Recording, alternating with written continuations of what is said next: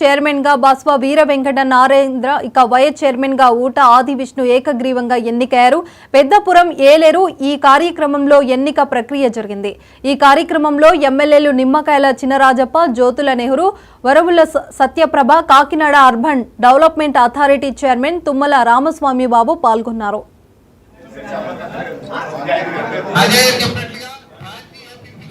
మన ప్రతిపక్షంలోనూ మరి అధికార పార్టీ చేస్తున్నటువంటి కార్యక్రమాలకి కళ్ళు తెప్పించే విధంగా మమ్మల్ని పిల్లలేదు, టైం ఖాళీ లేదు అనకుండా 27వ తారీఖే కాకుండా ఎప్పుడు మన పార్టీ పిలిపించినా తప్పనిసరిగా మనందరూ ప్రజాస్కంధాల మీద వేసుకుని ప్రతి కార్యక్రమాన్ని మరి 4 సంవత్సరాలు ఉండొచ్చు, జమీన్ వస్తే 2.5 సంవత్సరాలు ఉండొచ్చు, ఏదేమైనా ప్రతిపక్షం పూర్తిగా అధికార పార్టీని ఇంటికి పంపేదాకా మనందరం కూడా విజయవంతంగా కష్టపడి పనిచేస్తారని,